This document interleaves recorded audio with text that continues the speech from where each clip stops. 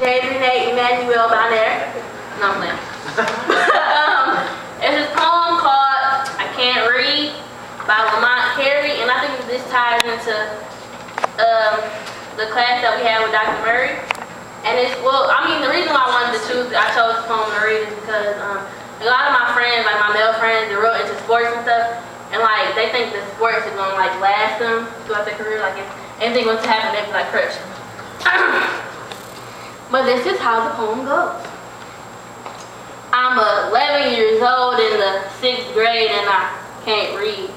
The class is so full the teacher doesn't notice me, but I still can't read. And when she finally asked me to come in the front of the class, I do everything in my power to make the class laugh. What would you do if you knew they would laugh at you too? But I can't read, I can't write, I can't spell, and most of the time I don't know my left from my right. But they keep on passing me because I can dribble a ball, I can make a three-pointer, I can almost dunk it. I'm guaranteed to get you at least 13 points. But I can't read, I can't write, I can't spell, and most of the time I don't know my left from my right. The teacher says that it's the teacher's fault, and the teacher says that it's the Board of Education, and the Board of Education said it's my parents' fault, and my parents blame me. But I still can't read.